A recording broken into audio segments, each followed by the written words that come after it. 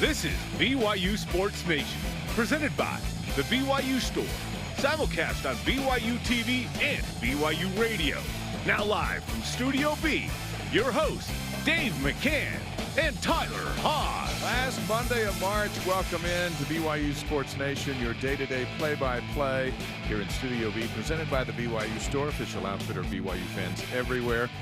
Hard to believe, the last Monday of the madness of March Madness. Wherever you are, wherever and however you're connected, it's good to have you with us. Dave McCann teamed up with a guy who's enjoying everybody's all-time BYU Hoops Final Four listing. That would be Tyler Haws. I don't know what we did today, but we all won something because Tyler Haws is here. Oh, man. Hey, always good to be in studio with you, Dave. Am I in your Final Four of BYU? That's what I really want to know. Absolutely. You're number one today. As far as today, you're number one. And I just want to give you an advisory that any time in this next hour, Tyler might come over here and smack me in the face. We won't know if he's mad or if he's acting. But no one will know today. That's the hook. You got to stay with us.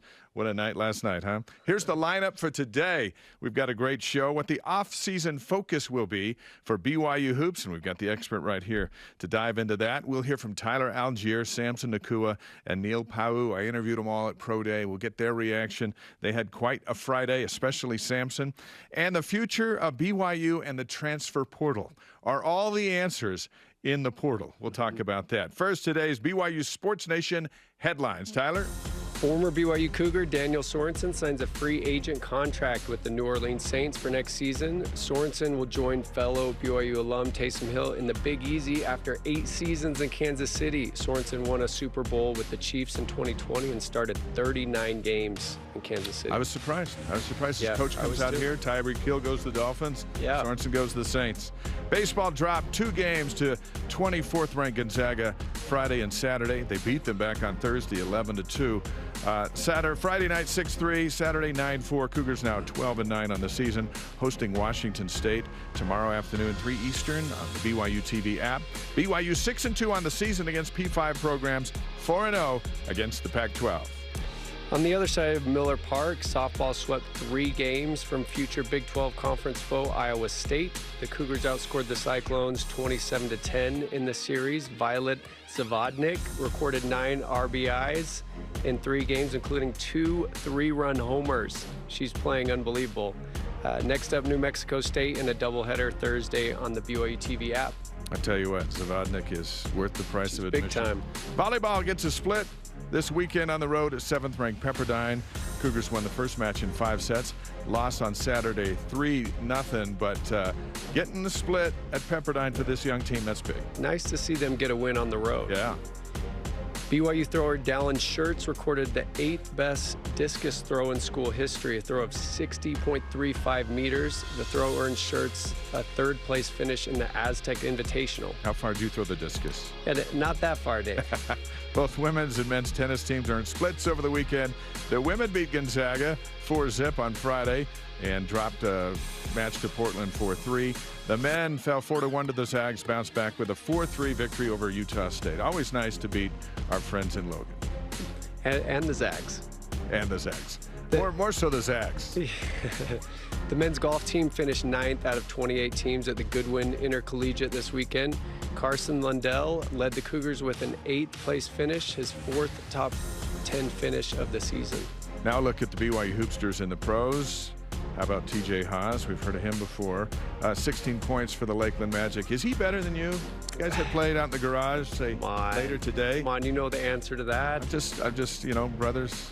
He is playing well. Brandon Davies, 19 points, 8 boards for Barca. Seriously, though, would he take you to the limit? You know, it's always a good game when we play because we're so different. Like I probably have 25 pounds on him, and he's a little bit quicker, a little more shifty, and so our games kind of go at each other. I knew the honesty would come out in a follow-up question. I don't say I lose, but we definitely go at it. All rise and shout. It's time for What's Trending on this Monday. And so are we. It's What's Trending on BYU Sports Nation. Here's a thought promoter. What is the most important offseason focus for BYU? And sitting over here is a guy who scored more points than any Cougar in history. That's more than Kreshmer. That's more than Danny Ainge. That's more than Jimmer Fredette. Yeah. I'm reading this just as you wrote Crazy. it. Should I keep going? Yeah. Hey, you can keep going. What's the focus now in the offseason for BYU Hoops? Is it a complete transformation, or is it just I need a spot here, and maybe here?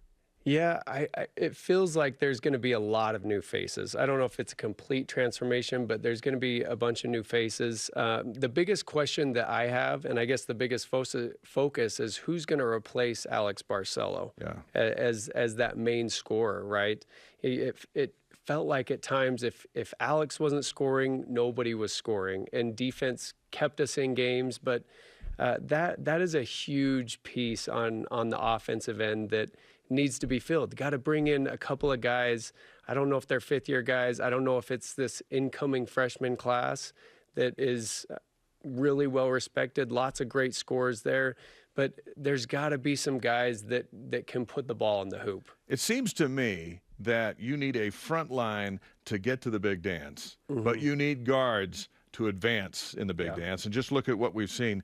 I look at the guards from St. Peter's and how far they got their team down the road before losing over the weekend. But guards seem to be the tournament thing, but without a front line, you can't get there. No, that's true. That's true. And, I think Foose and Atiki, I mean, they were the piece that held this team together this year. Kind of a saving grace as Richard Harward and Gavin Baxter went out. They played a huge role in BYU's success and the great start that they had. And I expect them to take a big step forward this offseason. But, yeah, you're right. They need one, maybe two guys to complement that core front line. And then, who are the guards that are going to step up and be those scoring guards that they need? I think Mark Pope's staff is going to have to decide here real quick. Is Dallin Hall, who is in the Philippines, finishing up his mission, but he's supposed to be home, I think, in June, maybe May. But is he a point guard moving forward at 6'3", outstanding scorer out of Fremont High School, Mr. Basketball in the state of Utah? And if he is he good enough to start playing as a freshman and give him a full year before the Big 12? And if he's not, you got to go find a point guard. Right. So what do you think? Is he good enough to do that? I know he's been teaching the gospel for 22 months. I know something about the Philippines. I served my mission there, and I know they play basketball, so I'm sure he's had a ball in his hands a little bit. Yeah. But I definitely think Dallin Hall is talented enough. The question will be, can he get up to speed as quickly as he needs to? And I think he's more of a 1-2 combo. I think he's more of a wing, but we'll see. But do you make him a point guard? Because in 2 years, when Colin Chandler comes back, that might be your two guard. For sure. I think they'll definitely explore that option. I think if we know anything about Pope and his staff, he's going to give all his guys opportunities to kind of figure it out and explore it. We saw how many lineups did we see this year? Well, we saw 10 different ones after Baxter's injury, at least. And so there's definitely going to be opportunity and some exploration there. But Dallin Hall will be big. I think I'm excited to watch Richie Saunders coming back. He's a 6'5", dead-eye shooter from the wing, but can also finish inside, really physical and tough. And so he's another one that will be exciting. I wouldn't be surprised if Pope and his staff go out and bring in another guy like Tijon Lucas, a fifth-year guy that has a ton of experience under his belt and is looking for, that second opportunity. We've heard Pope talk about that over and over again. Those are the type of guys in the portal that he's looking for. I think, and I don't have anything to base this on other than just our general observations, but I think there's going to be a major overhaul, and I think there's going to be a lot of new faces. And it starts with there's got to be a big center, and we've had some on campus, and the portal is like, it's like going to Walmart. There's something on every aisle that you might go, I have a need for that. But then you have Foose at the 4, and then you got to decide what to do with the 3. Can Caleb Lohner play the 3? Does Caleb Lohner come back? Does Caleb Lohner go to a different role and BYU goes and gets a 3? That's because it's all about production now. It's not about friends. It's really not even about potential. It's about they have 12 months to get ready before they join the toughest league in all of college basketball. And a lot that goes to the guard lines of what do you do with the 2 if Hall can play the 1? And if he's good enough to to play a lot, then I say start him. I say start him because the next year you need him for 40 games, 35 games. And the second year can't be let's get him into the lineup here. Yeah. Because you're playing Texas Tech and Oklahoma and Texas and all those guys. Yeah. And clearly I'm not a professional basketball coach, but I'm saying if he's the future has to start now as opposed to when the league gets super tough, when there's like 5 Gonzagas in there. I agree with that. I think the lights get even brighter in the Big 12, and you got to have some experience under your belt as you're going against some of those lightning quick, long, athletic guards that you're going to see in the Big 12. But you brought up an interesting point with Caleb. I think they really want to play Caleb at the 3. Yeah. He's more of a 3. You watch his high school highlights. He's a 3, right? An oversized 3, and so he played the 5 sometimes and the 4, and then he brought the ball. I mean, he was all over the place this last season. He was asked to do a lot with the injuries out, and I think we saw a different Caleb though those last 4 or 5 games. Yeah. He was playing with a lot more confidence than he had all season. We saw a bunch of outside shots go down. I could see him playing 3 for sure. I think it'll be very interesting. You know what else I don't like is when people go, well, be careful what you wish for because this is what you're going to get the Big 12. The Big 12 is every dream of BYU. Yep. Getting P5 and getting into the Big 12 is it doesn't even matter if the Cougars are beat down for a year or 2 or 3 or however long it takes. This is it. This is like Zion. And so even in football, you're going to take some licks. So what? You're in the game now. Yep. This means everything. And it also means everything to the coaches who are going to the portal, who are now saying not only can you come to BYU, you can play on TV every night, and there's BYU TV and everything else. You're playing against the best teams in the country, and not one time has BYU ever been able to say that in the history of the program. Yep. And I think another interesting part of this whole deal is BYU always has scheduling problems. Nobody wants to come to the Marriott Center. Everybody is nervous, whether they say that or not. No one, especially in the preseason, wants to come and take that risk of playing BYU in front of 20,000 fans. And now you take all that pressure off going into the Big 12. And, you're going to have Kansas, you're going to have Iowa State, you're going to have Texas Tech all coming to the Marriott Center. Right. And then you don't have to spend the whole offseason figuring out how you're going to schedule big teams in November and December. You don't even have to. That's right. I mean, you can get one here and one there, but I think the Cougars played 7 NCAA tournament teams this year from last year's Big Dance because Mark Pope knew that only Gonzaga and St. Mary's, and then San Francisco was a surprise, but those are the only teams that were going to help your net. Yep. Now you don't even worry about that. That's you right. fear that, actually, or you're nervous about it. I don't know if you fear it, but you're right. But now the offseason can be, let's bring these guys along, not let's play San Diego State in the second game of the season. And you know what? That's a must-win. Right. Even though we don't quite know what our rotation is. Yeah. No, I totally agree. The landscape of everything for BYU basketball changes. But, ramping up this year, Pope has said numerous times, hey, we have unfinished business in the WCC, and how awesome would it be if they make a run in their conference and are able to win it going into the Big 12. That's always a tall task with Gonzaga. They're going to be good again. They always reload, but I know that's Pope's goal is to finish with a conference championship. I think once the first domino falls, and falls might not be the right word, once the first commit from the portal comes, and I think people who then catch a vision of what they're going to try to build here in the offseason, and optimism will come right back. And let me ask you an unfair question, because I like asking you unfair questions. You had some good players, some good teammates around you. If you were in the Big 12 as a BYU basketball team during your day, how much greater would the talent around you have been potentially? Yeah, I definitely think we would have gotten a few more guys. Yeah, no doubt about it. I mean, look no further than Jabari Parker. Right. I mean, going into my senior year, that he was one of the biggest recruits, in the last 20 or 30 years, and so close to coming to BYU. And that definitely could have been the thing that pushed him over the edge, because he was a one and done guy, and he wanted to go to Duke and play against the best. Yeah.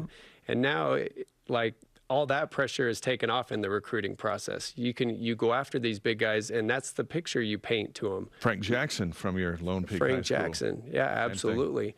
I think BYU gets some of those guys now, and the surrounding talent is going to be incredible. It's exciting. As evidence, Colin Chandler would be number one on that list. For sure. First fish that they went out to get that was big and hooked him. Mm-hmm. And so many more to come. Our question of the day, what is the most important offseason focus for BYU Hoops? Let's hear from you, BYUSN, in Voice of the Nation. This is the Voice of the Nation on BYU Sports Nation.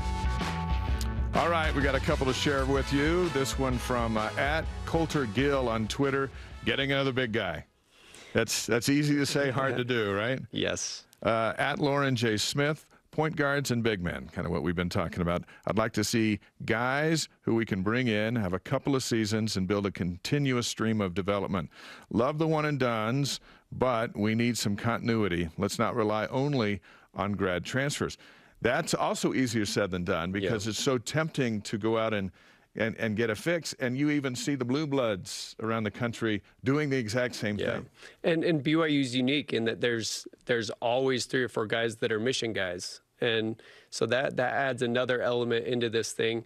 I tell people it's got to be a mix, right? You got to have some incoming freshmen that you're developing and giving experience.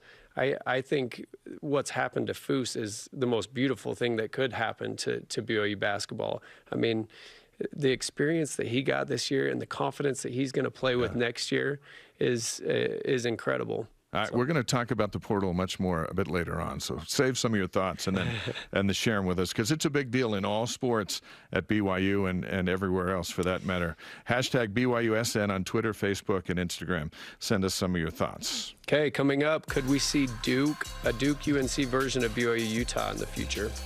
That'd be nice, wouldn't it? We're also going to go back to Pro Day and hear from Tyler Algiere and Samson Nakua, Neil Pau. It was their big moment Friday, live right here during BYU Sports Nation, and we'll hear from them. This is Monday's version of BYU Sports Nation.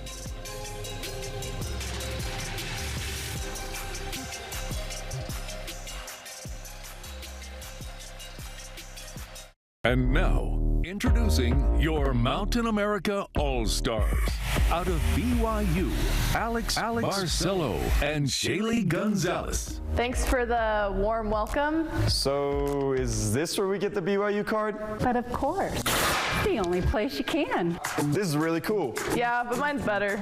No way. Get your BYU card from Mountain America today. It's perfect for students, alumni, and super fans.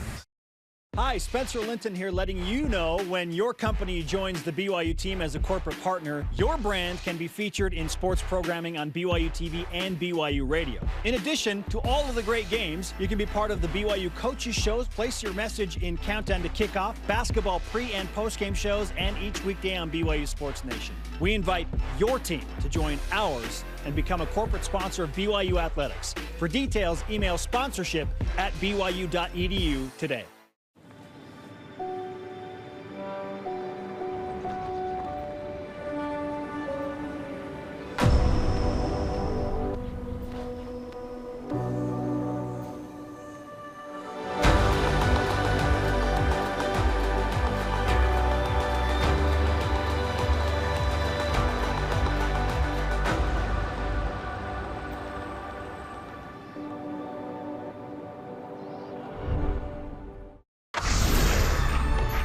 You're not the new coach.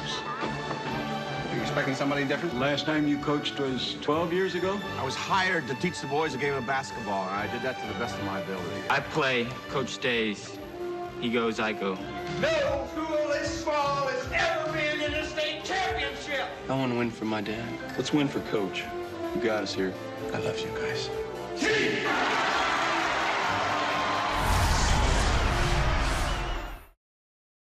BYU Sports Nation is presented by the BYU Store, official outfitter of BYU fans everywhere. Hey, join us Thursday for BYU football's alumni game. First one, former Cougar greats Max Hall and Kevin Federick going to lead their teams at Lavelle Edwards Stadium. You can see our coverage live Thursday night at 8:30 Eastern Time on the BYU TV app. Blaine and I will be up in the booth calling the action. Spencer and Jerem down on the sidelines with live mics and a lot of football players. So it should be a fun couple of hours coming Thursday night. And between now and Thursday, we'll get to the rules and all that stuff for what kind of game we're going to see. But anytime the big shots come back, it's fun to have. If they're tossing the football around, it's an added bonus. We're live in Studio B. Dave McCann with the great Tyler Haws. Good to have you with us. Good to have you here. Always good to be here. You know, anytime Spencer and Jerem are gone, it's like they just turn the keys over to us and they say, just drive it for a while. We'll see what happens. Pick up the slack. Pro Day on Friday over at the indoor practice facility. We had live coverage here as we watched 5 Cougars try to get the attention of 29 NFL teams who all had scouts here, including Tyler Algiere. I talked to Tyler right after his workout. With Tyler Algiere at Pro Day, how did it go? Yeah, shoot, I thought it went well for all of our guys. Shoot, yeah, it was good. What were you looking to get done today? There are 29 teams represented here, and everyone knowing your background and your season you just came out of. Yeah, I thought I showed a lot of things, especially catching out of the backfield. You know, just showing a lot of burst and speed, especially in our position drill. So thought it was a good day. What have the last few months been for you? Instead of being in class, you've been preparing for the business. No, yeah, like you said, it's a straight business. So it's really just training on really everything for the combine to Pro Day, and now just getting into football shape. So what are you hearing from the scouts, from the NFL? We hear 3-4 round. What are you hearing? Sure, I couldn't tell you. I guess we'll just wait and see. Shoot. Yeah. Are you worried about it, or is it just now it's Pro Day's over and what happens happens? No, whatever happens happens. Whatever team believes in me will get. Yeah, whoever team believes in me, really. We'd asked Kalani and Harvey about your 4.6 time in the 40, and both of them had different answers, but supported the fact there's more video of you running away from guys who run faster than a 4.6 to trump any of that, and you chose not to run the 40 today. How come? Yeah, I just took my time.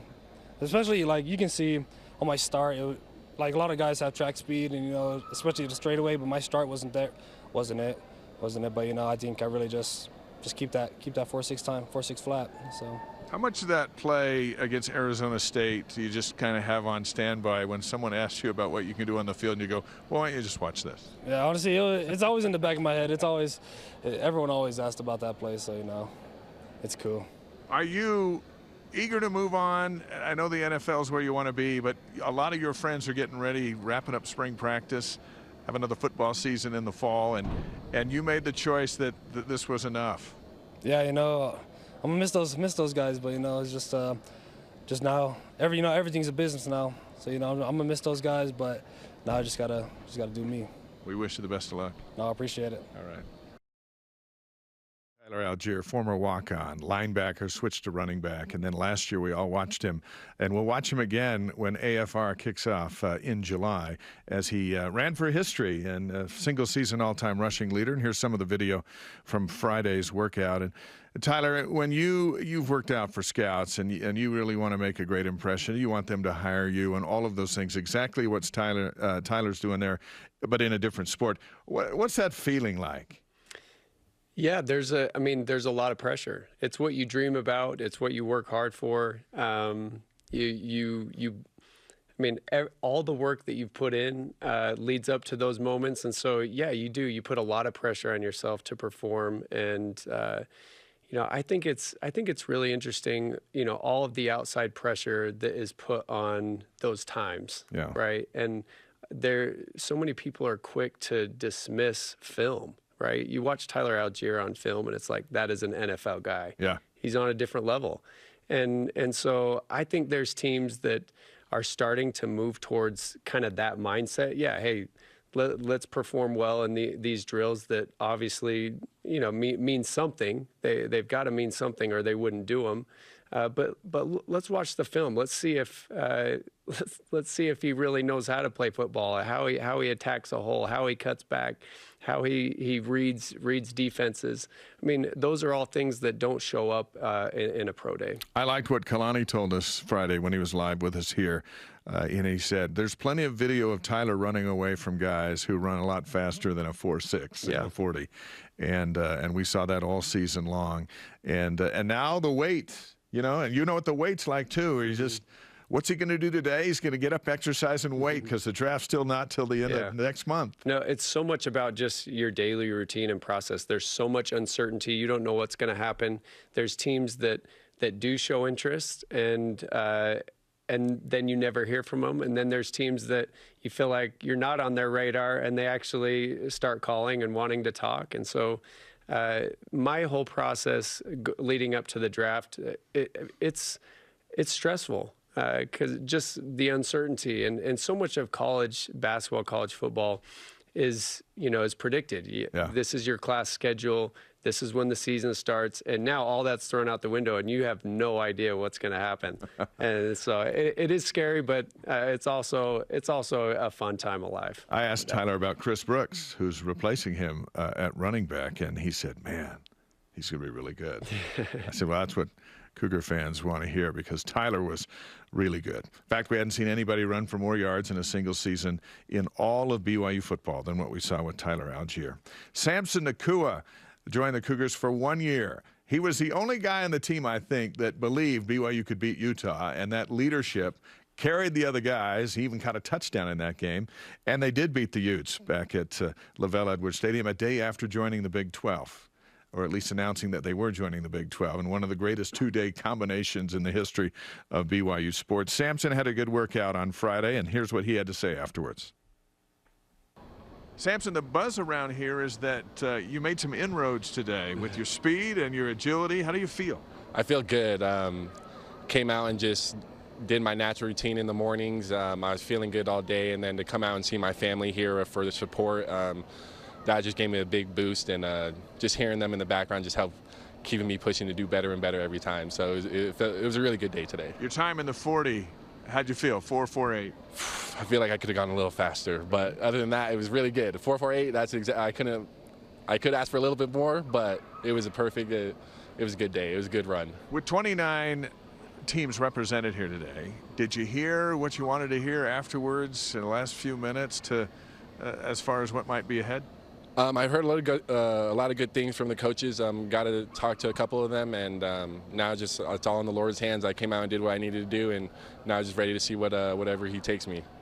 What have you been doing to get in such tremendous shape? Now, the last time we saw you was back in football season. Feels like a long time ago. This is a new you. I know. I was a toothpick back in season, and thankfully I put some weight on. The biggest thing was actually eating good food, some asparagus, some carrots, some good carbs. That was the biggest thing, is just really eating good foods, and it helped me put on a good weight, and it all helped out today. And when I took my shirt off, I felt good. I didn't feel like a toothpick, so it was nice. There's a lot of pressure on you guys today to perform in this setting, but also what an opportunity to be in this setting and a chance to perform. Yes, it was a bit nerve-wracking in the morning, but as we kept getting every minute into it a little more, like I just started relaxing a little bit more. I'm like, hey, this is something we do every day. I've been prepping for these last couple months for this. It's nothing new. It's another practice day for me, and everyone's out here to see us perform. It's just like game day, really. So I just thought of it like that and just came out and did my thing. When Puka saw you run that 4.48, he said to us, he goes, "Man, I might not be the fastest in the family." That was my main goal. I was like, I know Puka's here, so I got to be fast. Everyone thinks Puka's faster than me, but we'll see today. So I had to fly. Congratulations. Thank you so much. Samson. Thank you. Thank you.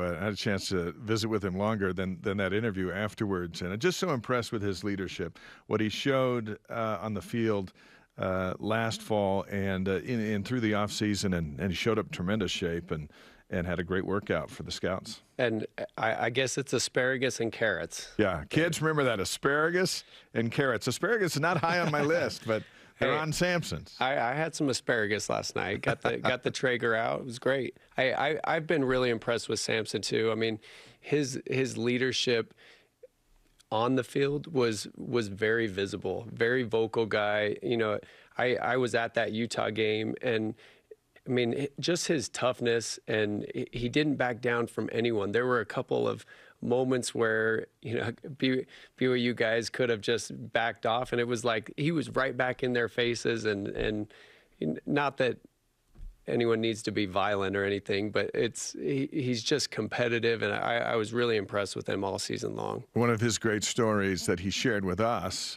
leading into that Utah game, and we did a sit-down interview with him because of just the drama surrounding all that. Yeah.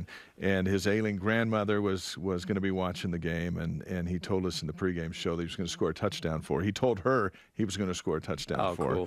And their dad had passed away, and they had this dream of the boys playing together, and Pook had come from Washington, and Samson from the University of Utah. And then just before halftime, Samson scores the touchdown and celebrates, and then his brother comes down. They take their helmets off. They get 15-yard penalties. A few minutes later, you got the referee out of the middle of the field calling an unsportsmanlike conduct on number 45 and number 12.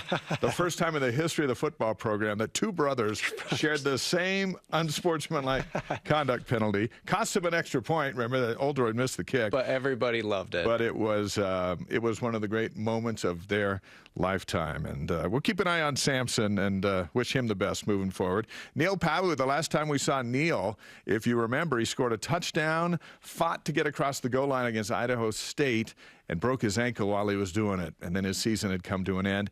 Back healthy on Friday, and he had a pretty good day, too. Here's what he said afterwards. With Neil Pawu, tell us how Pro Day went. It went well. Just excited that, you know, all the hard work you put in, able to show, you know, what you can do and stuff, but glad it's finally over and stuff. Now you just wait and chill.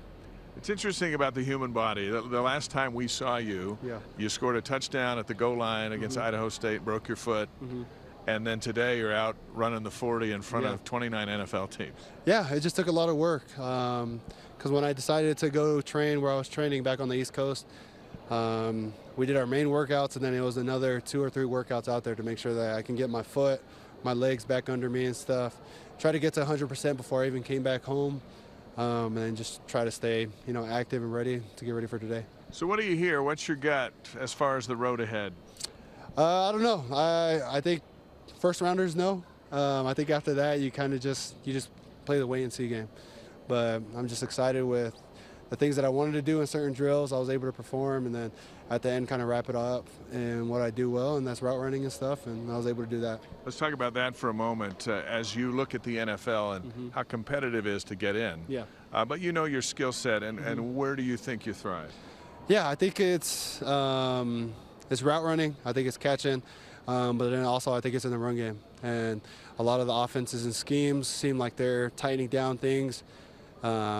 Splits, so we're able to, you know, block down on an end, whatever it is. So those two things I think will fare with me pretty well.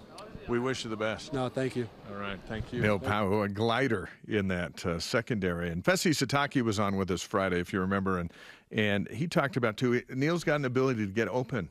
If you can get open in the NFL, you know, the quarterback can get you the ball, and that means everything. Absolutely. No, those are the little intangible things that I think NFL scouts are looking for. He not only gets open, but you throw it anywhere near him, he's going to get it.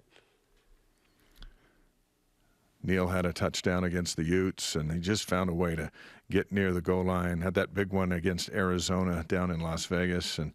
And so he, too, hoped to get an invite to an NFL camp and try to find his way onto a roster. All those decisions coming up in the next month or two should be exciting for these Cougars. Really exciting. Kay, coming up is the transfer portal, the future for BYU basketball.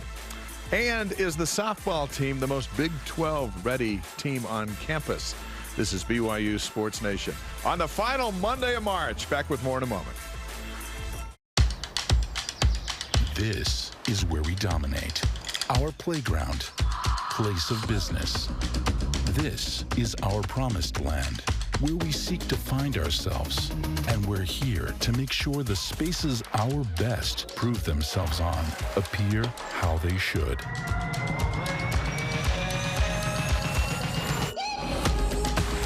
Intermountain Healthcare, official medical provider for BYU Athletics. Okay, man. You got this. It's not that bad. Okay, it's a little bad. Just do it. That was unbelievable. Some things seem scarier than they really are, like buying a home. But your loan officer at Intercap Lending will help you get pre-approved and walk you through every step of the process. Intercap Lending, a name you can trust since 1978. I'm okay. I'm okay. Trio Orem Senior Living believes in empowering seniors to live life to the fullest. We help eliminate stress out of daily life when you live at Trio. Less time focusing on housework means you can socialize at one of our many events, with safety in mind, of course. And did we mention our spacious apartments with modern amenities? Learn more about setting up a private tour at trioorem.com. Turn TV time into together time with the BYU TV app. Watch all your favorite shows when, where, and how you want. This isn't like a practical joke, is it? No, sir. Immerse yourself in stories with all the feels. Go on uninterrupted journeys of discovery and see families coming together while watching with your own. See new and original content, all for free on the BYU TV app. BYU Sports Nation is brought to you by Maersk, enabling global trade for a growing world. Tomorrow, BYU baseball looking to improve upon its perfect record against the Pac-12 as they host Washington State. Gary Scheide and I will have the call 3 o'clock Eastern time. One Mountain on the BYU TV app. A little rain in the forecast. Some we'll have clouds and overcast. Should be a great day for baseball, right around 50 degrees, maybe. It was like 80 on Saturday. He's Tyler. I'm Dave. This is BYU Sports Nation. To interact with the show and get great content throughout the day, follow us on our social media platforms on Facebook, Twitter, Instagram, YouTube, and TikTok. All right, let's whip it. The Cougar Whip Around is presented by Maersk, your integrated container logistics company, enabling global trade for a global world. Okay, with Duke and UNC taking their rivalry to the next level in the Final Four, would this be the equivalent of BYU facing Utah in a New York Six bowl game? Can you imagine? All we've had was the Las Vegas Bowl, in a postseason matchup in football for BYU and Utah. But it doesn't get bigger than Duke and North Carolina in basketball lore. And then you throw them in the Final Four, and it's Krzyzewski's final run. Can you imagine if BYU and Utah met in the Final Four or in the Fiesta Bowl? Would be amazing. It'd be incredible. It really is the equivalent. It's exactly what I told my wife last night. This is BYU facing off in the BYU and Utah facing off in the Final Four. So I'm just impressed your wife was asking a question about that. I think that's next level stuff. Hey, unfortunately, she's got a bracket. She's still following that's it. Right. I had Arizona, so I'm out of the family pool, and I'm not happy about it.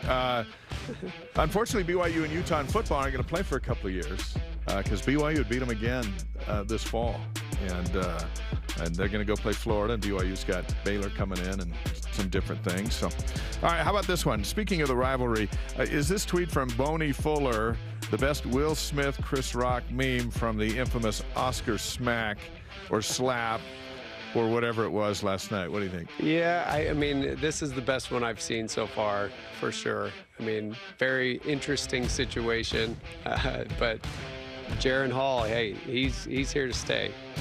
And you know what's crazy about that from last night? Nobody's talking about whatever movie won Best Picture. They're just talking about that. I know. So, way to ruin your own night. Yeah. Interesting moment for Will Smith, no doubt. Okay, softball sweeps future Big 12 foe Iowa State this weekend. Are they the most ready BYU team to make the transition to the Big 12? That's a good question. I think they've played great against the Cyclones, and the Cyclones are pretty good. Oregon beat them on Tuesday. The game was tied 3-3 late, and then Oregon kind of blew it open in the last couple of innings. So it was a P5 week for BYU, and they went 3-1. This is a team that wins every year. They go to the tournament every year. I think it's 16 straight now, and Gordon Eakin's a fantastic coach. He's got a lot of youth on this team. Zavodnik is a sophomore. Might be the best player ever to come out of BYU before she's done as far as softball. And so with that kind of talent, you bet. But soccer's pretty good. Volleyball's pretty good. I know the women's sports are so much more prepared for Big 12 play than the men right now, but the men can catch up. Yeah, the men definitely have some catching up to do. But, hey, track and field as well. Yeah, cross-country and everything. It's a good time. They have dominated. Well, they won at least the fall Sears Cup type thing. We'll see what ends up in the spring as far as the most championships for a school. All right, finally this one. This one had a lot of attention over the weekend. Barstool U ranks BYU 13th on their top 50 party school rankings. Too high? Hey, you know what? I always told my buddies from around the country about BYU parties. Hey, there's a lot of Red Bull. There's no alcohol. Very, very cute girls, okay? I love the parties at BYU. If they factored in FHEs every Monday, then yeah, no school can touch the get-togethers that they'll call parties in the history of mankind. Okay, Max Hall posted this video of him working out with Ty Detmer to Twitter this weekend. They go. Oh, he's ready. Am I ready, Coach? He's ready. He's ready. Frederick doesn't have a chance Thursday. Okay, after further review of the film, is Max ready for Thursday's alumni game? At least the first series. It looks like he's ready for the first series. Max is a competitor. He is not coming up here to throw some interceptions. Oh, he's ready to win. But I love that he's got Ty Detmer's tutelage, and Ty is one of our favorites of all time, certainly one of fan favorites in the history of BYU football. And all of a sudden he pops in there and says Max is ready for Thursday. No chance for Frederick. I just based on that, I'm putting my money on Max. Hey, I will always put my money on Max. That dude is a competitor as there is. A lot of people don't realize that no quarterback in the history of BYU won more football games than Max Hall. Wow. Yeah. Yeah, he's going to try to win another one Thursday night live on the BYU TV app. Should be some fun. Okay, coming up, Rising shout out to someone who gets their teammate across the plate at a high level. And how much the transfer portal is going to be a part of BYU's future. That discussion straight ahead as BYU Sports Nation continues. Tim Daly Ford in Spanish Fork sells Ford vehicles including the F-150, the pickup designed for work and play. Tim Daly Ford maintains a large inventory, providing more choices for selecting an F-150 with the power and engineering to carry and tow heavy loads. The F-150's design offers comfort, safety, and a range of options to choose from. Think Ford, think Tim Daly Ford in Spanish Fork.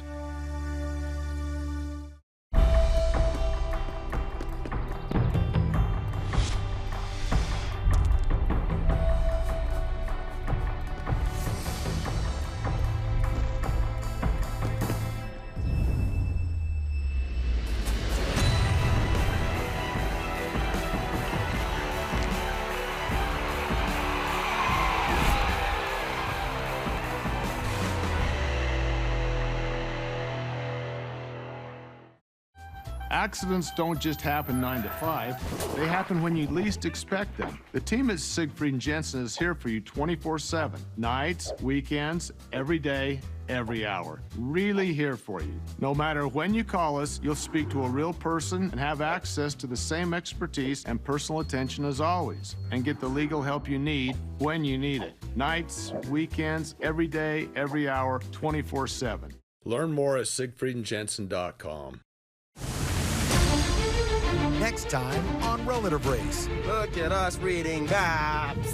Team Green fights to stay in the competition. Who has a green light right now? This is ridiculous. 3 teams meet important siblings. Oh my gosh! Immediately, I just feel like I'm home. And Layton attends a birthday party she'll never forget. Happy birthday.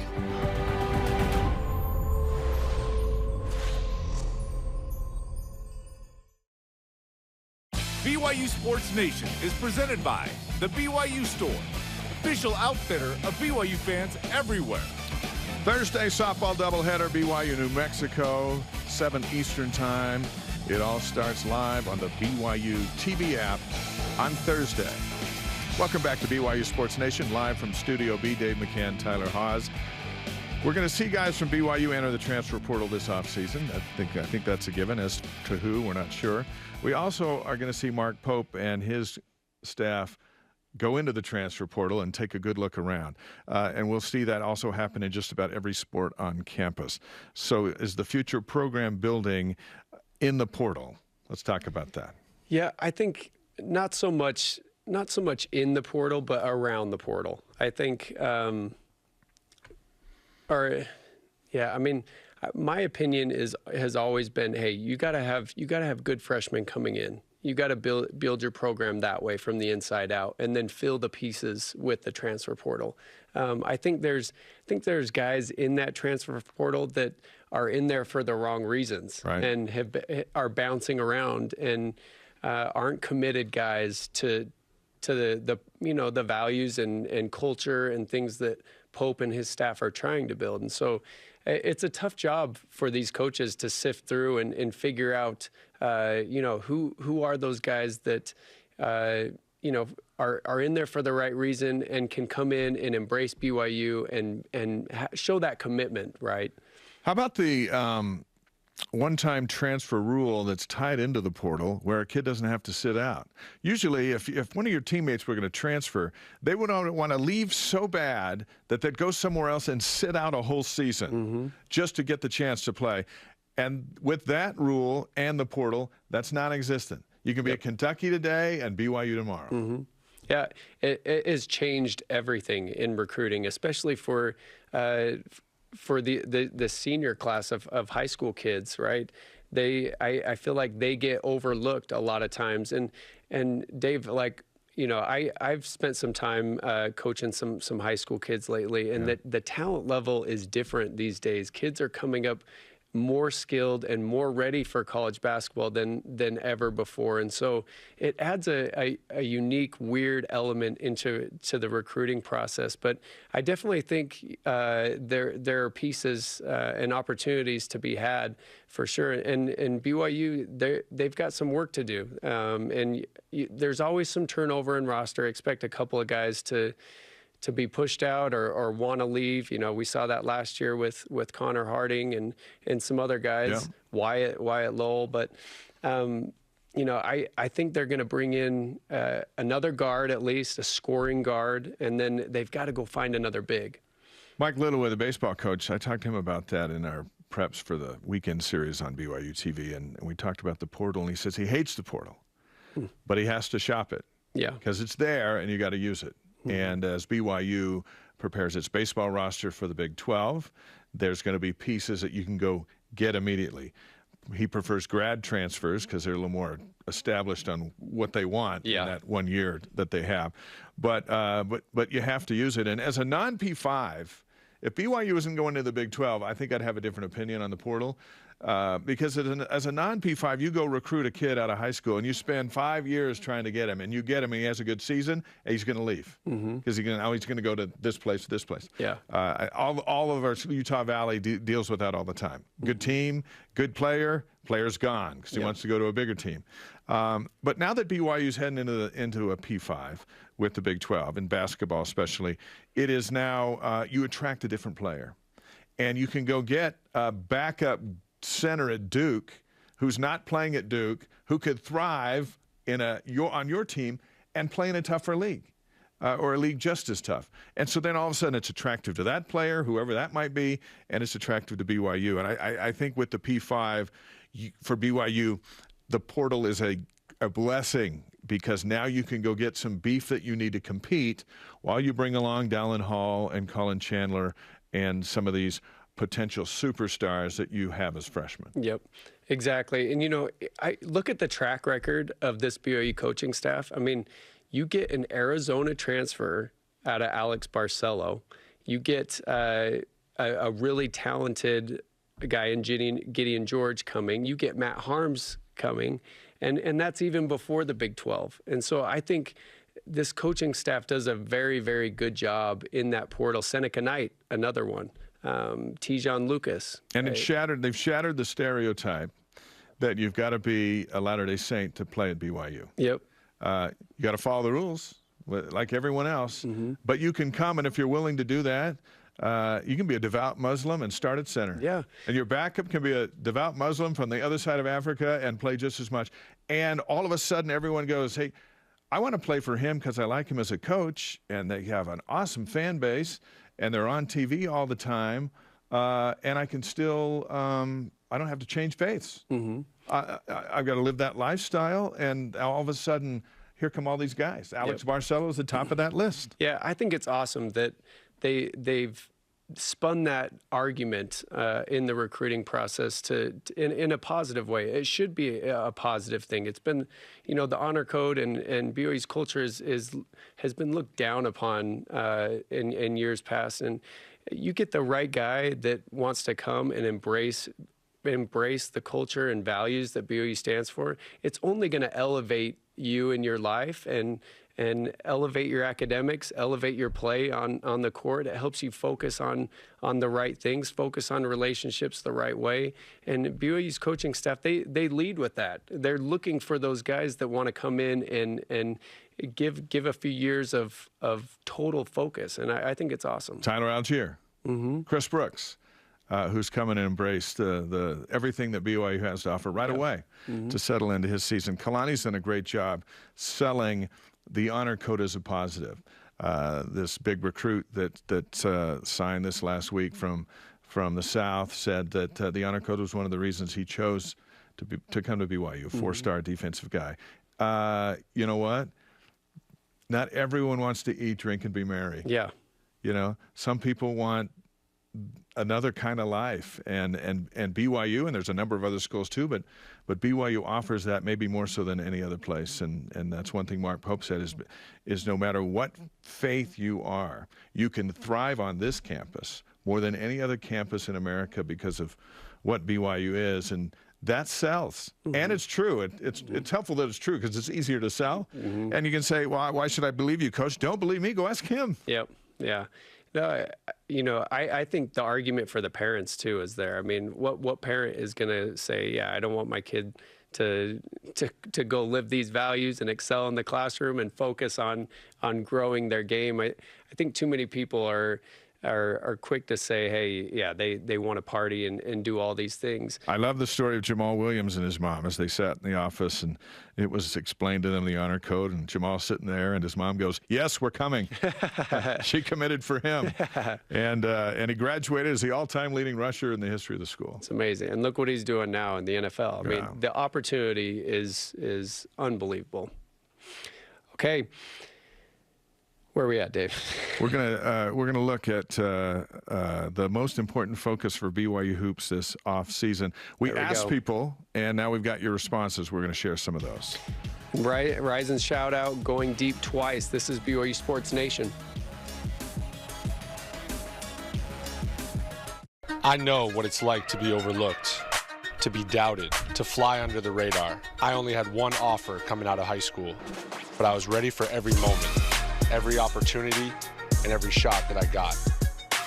Now I'm playing professional basketball, aiming to be one of the best shooters on the planet. And I'm just getting started. Be ready for your moment with Rapid Reboot, the future of rapid recovery.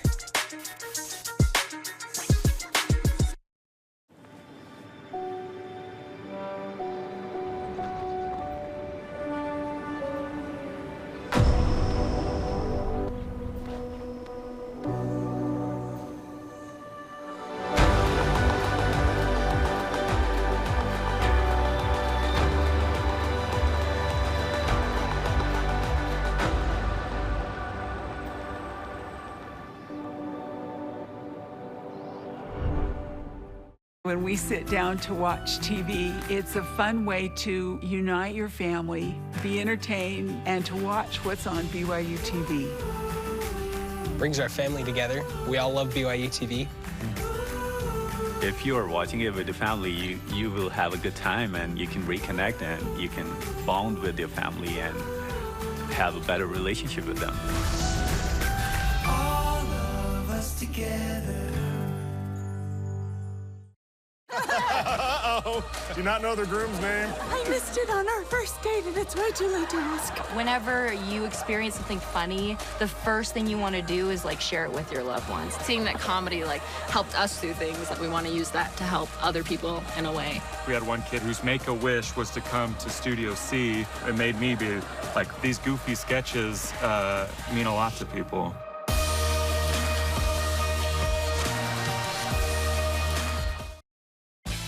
This portion of BYU Sports Nation is presented by Mountain America, the official credit union of BYU Athletics. BYU Sports Nation, always available on demand via the BYU TV and BYU Radio apps.